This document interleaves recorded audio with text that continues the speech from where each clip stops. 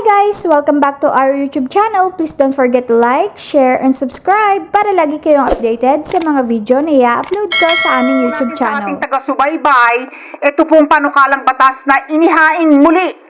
No, so this bill was refiled by Senator Ping Lacson, no, na maaring managot yung mga anak kapag napatunayan na inabandona nila, pinabayaan yung kanilang mga magulang sa kanilang pagtanda. Syempre ito po ay para sa proteksyon at seguridad ng mga matatatandang mga tatay at nanay.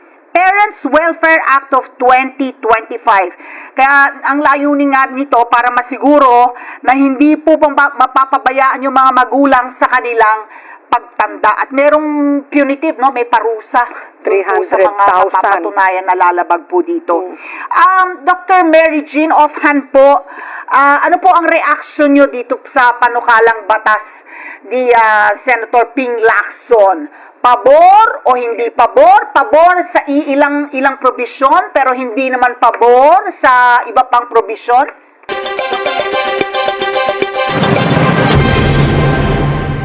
Napakaganda ng inyong binibigay option sa akin. Kung baga, hindi outright yes or no. Kung hindi, binibigyan nito ako ng paraan upang ma-explain natin yung pananaw natin sa batas na or sa bill na ito.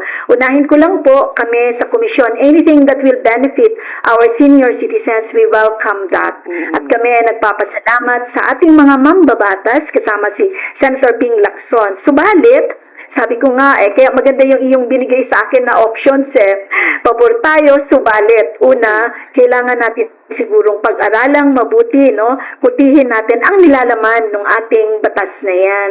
Kung titingnan kasi natin, nasa konstitusyon naman na natin yan na kailangang alagaan ng ating mga kamag-anak, kapamilya, ang nakatatanda.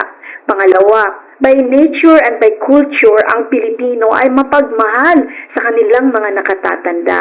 So, itong bill na ito, medyo punitive ang approach and medyo legalistic siya. So, kailangan siguro natin, ano kaya ang pwedeng gawin upang mainganyo yung mga kamag-anak o pamilya na maalagaan ang mga nakatatanda na miyembro ng kanilang family. Una, we also have to look into the demographic shift at saka yung tinatawag kong sandwich generations. Pangatlo, at natin yung economic capacity ng mga pamilya na yan.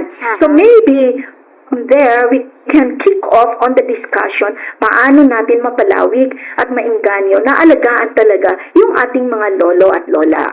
Thanks for watching! Please don't forget to like, share, and subscribe!